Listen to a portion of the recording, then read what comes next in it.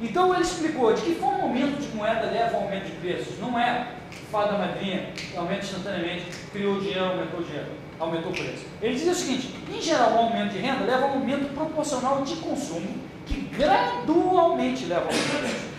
Os mineradores, na época o dinheiro era ouro e prata, então ele fala: os mineradores de ouro e prata aumentarão suas despesas e consumirão mais produtos e darão mais empregos para outros que também crescerão suas despesas, por sua vez. Toda essa despesa em carne, vinho, lã, diminui a porção dos outros habitantes que não participaram da nova riqueza dos mineradores em questão.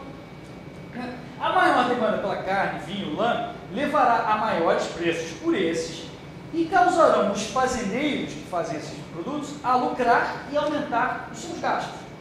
Os que sofrerão pela inflação serão os proprietários, né, propriedades em geral, na época do aluguel, e todos os outros que têm o salário fixo. Esses são os últimos que vão receber o dinheiro lá depois que os preços todos aumentaram. Então, isso aqui veio a ser a tese central da escola austríaca, da filosofia do Hayek e Mises,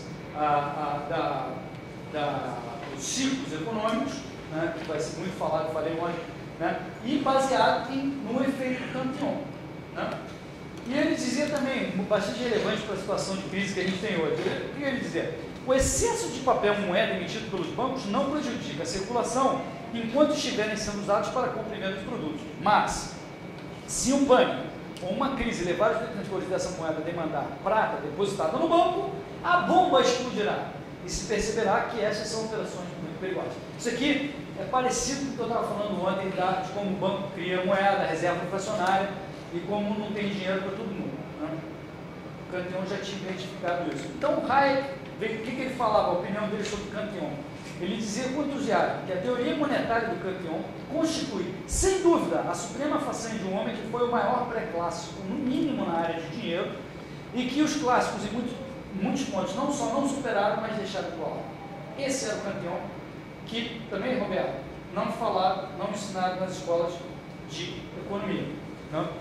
Antes já traduzido. Parece na economia, a economia parece que não, na escola, a economia foi criada um belo dia por Adam Smith. Na hora que saiu o livro, ele fundou a economia. Né? E hoje a gente está refutando toda essa tese de que um belo dia Adam Smith fundou a economia. Bom, isso aqui, né, nessa época, pô, a ciência natural estava avançando bastante, né? E vários métodos da ciência natural passaram a ser adotados pelas ciências sociais. E um dos principais, aqui é curioso, é a analogia da circulação. Né? Foi descoberta nessa época, porque havia o sangue circulando no organismo, etc. Né? E como é que isso foi usado na circulação? Os fisiocratas, que algumas escolas até mencionam os fisiocratas, que vieram também antes de Adam Smith, né? Fizeram o primeiro modelo de fluxo circular da economia. Né? Veja bem como é que funciona esse modelo. Eles separaram aqui o modelo holista, vamos lá, de novo usando o conceito que ele falou. Holista porque ele está falando de classes. Né? Classes de rentistas, que são donos de terra, classes de agricultores que operam na terra e classes de industriais. Né? E esse modelo é interessante, que a gente vai ver, porque, bom, primeiro ele diz o seguinte: ele chama a indústria de classe estéril, porque ele não está agregando nada, ele recebe uma certa, esse aqui é o fluxo de dinheiro, tá? Então ele compra, né, ele recebe dinheiro dos agricultores para vender as máquinas, né, mas ele paga dinheiro dos agricultores para consumir produtos da agricultura e ele recebe dinheiro dos rentistas.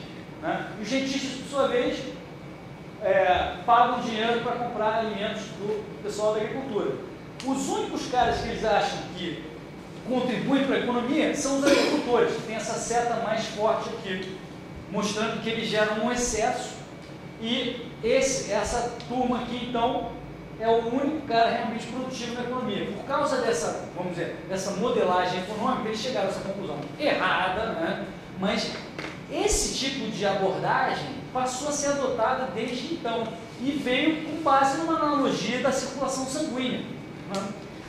Veja os perigos de se adotar metodologias que que não são apropriadas para as ciências sociais. Né? Os fisiocratas foram os primeiros que fizeram isso. Esse era o tableau économique. Né?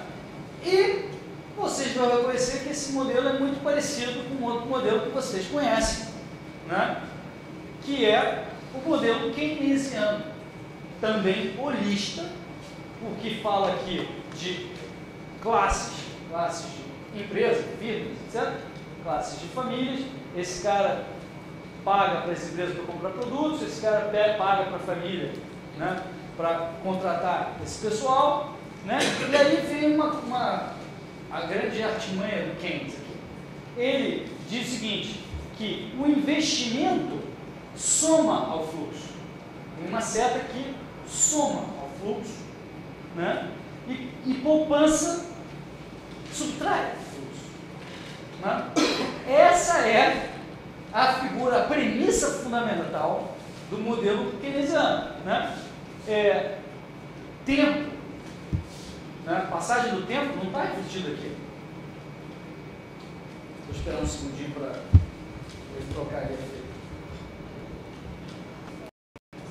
Bom, então, tempo não está representado aqui e a dinâmica do crescimento econômico também não. A gente sabe que a dinâmica do crescimento econômico passa por poupar, a poupança permite um investimento em, por exemplo, máquinas e equipamentos, que, por sua vez, permite o crescimento, é uma coisa que vocês também vão ver bastante ao longo do curso, né? Mas nada disso está refletido nesse modelo simplificadíssimo, keynesiano e errado, né? Onde ele deliberadamente fez isso aqui. Assume que o investimento soma ao fluxo, isso é muito bom para a economia, veja bem, soma o investimento ao fluxo, e a poupança sai. Então, quando você tem lá a fórmula do C mais G mais I mais não sei o que lá, igual a I, que é só um retrato, não mostra nenhum dinamismo, está falando. O que é a economia hoje? Um retratinho, né? Então, olha aqui, C mais G e tal, mais I, isso aqui, ó, vamos falar nesse assunto. A poupança não faz parte desse raciocínio, né? Então, daí vem um método keynesiano, né, que é importante você entender a premissa para saber onde estão os problemas. Né? Mas voltando ao ciclo da história, aí, ao rumo da história, mencionei o Turgot, né, mais um pensador, que dizia o seguinte, que olha o poupador, bem diferente do Keynes, né? Dizia o seguinte, o poupador ele gasta tanto quanto o gastador, mas ele usa o dinheiro para aumentar o capital e, eventualmente, beneficia o consumo de todos. Então, não é pecado poupar, ao contrário, ele gasta também. Para poupar, ele gasta, está comprando alguma máquina, ou emprestando para alguém que está comprando alguma máquina. Né? Gasta tanto, só que ele permite o crescimento. Então, o poupador é muito melhor que o gastador, ao contrário do que Keynes diz. Né? Então, quando ele fala isso, ele está colocando foco na estrutura da produção, o que você precisa do crescimento e na preferência do tempo. Simplesmente, o cara que poupa, ele prefere não gastar para permitir ele ganhar mais ao longo do tempo. Ao contrário do gastador, que tem uma vontade de ter um consumo final agora. Né? Bom, o CE, o famoso CE, né? O famoso entre os austríacos, também tentam omitir bastante aí nas escolas de economia, né? Num tratado de economia política de 1803, ele diz o seguinte, tudo que alguém produz representa ao mesmo tempo uma demanda por outras coisas. Quando você produz, né, você já está criando a possibilidade de comprar outra coisa. Né? Então, se há mais sapatos produzidos, esses sapatos serão oferecidos no mercado, em troca de outros bens. Se alguém produzir um sapato, vai parar esse sapato na mão de alguém que vai permitir o recebimento de um outro produto. Então, a expressão oferta cria demanda significa que a produção é essencial. A produção é essencial. Para você consumir, você precisa ter antes produzido. Isso Keynes tentou revogar na marca. Keynes defende que o consumo pode provocar um aumento de produção. Isso é inverter uma lei básica da economia que o CE soube expressar de uma forma muito clara. Né? Bom, aí vem o nosso querido Adam Smith, que é considerado o pai da economia moderna, com Riqueza das Nações, né? E ele realmente tinha alguns conceitos revolucionários. Era uma novidade para a época também, não só o Cantillon também, todos esses outros caras que a gente falou, mas também o Adam Smith. O que ele falou? Né? Bom, primeiro, para o mercantilismo, vai. O gasto agregado é que causa o crescimento. Essa é a ideia básica do mercantilismo. Né? Gasto é que causa o crescimento. Para o Smith, ele diz o seguinte, olha, nem o gasto, nem o nível de preço, nem a quantidade de moedas são relevantes para o crescimento. Nada disso afeta o crescimento econômico. Nada disso. Irrelevante. Absolutamente irrelevante. O que então causa o crescimento? O que causa o crescimento? Para Adam Smith é a divisão do trabalho, cada um se especializando no que é melhor e fazendo trocas, né? E a acumulação de poupanças, que permite, que é a mesma coisa, na verdade, que a acumulação de capital, ou seja, de máquinas, equipamentos, etc. Né?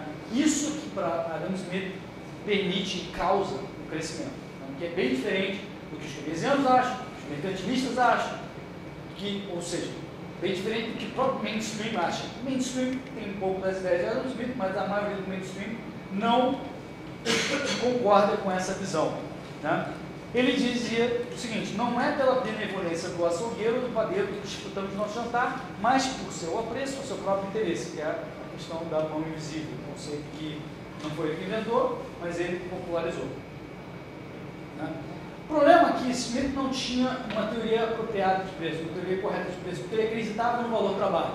Né? Então ele não leu ou não concordou com os escolásticos, ele leu bastante Cantillon, ele pegou muita coisa do Cantillon, e o Adam Smith não gostava de citar ninguém, não gostava de dar crédito para ninguém, mas ao Cantillon ele chegou a mencionar, sem dar muito crédito, mas chegou a mencionar Cantillon na Riqueza das Nações. Mas, bom, na opinião do Leland Yeager, professor da Auburn University, ele diz o seguinte, que o Adam Smith descartou as contribuições anteriores sobre o valor subjetivo, papel do empreendedor, sobre preços reais, e ele substituiu por uma teoria de valor trabalho, ou seja, que o valor de cada produto é correspondente ao trabalho envolvido nesse produto. Uma coisa que a gente já viu aqui, que em séculos e séculos já tinha sido revogada, mas ele defendia essa teoria de valor trabalho, um foco no equilíbrio de longo prazo, né? De novo rejeitando o que a gente tinha visto até agora, de equilíbrio, e por um mundo onde o empreendedor então não tem papel. Na opinião do Yeager, ele misturou calvinismo com a economia, porque ele apoiou a proibição da usura, por exemplo, e distinguiu entre ocupações produtivas e improdutivas. Vale a pena dar uma olhada no que ele considerava. Olha, essa aqui é uma ocupação que não vale nada, não se deve fazer, várias ocupações, e todas têm a ver com o calvinismo. Né?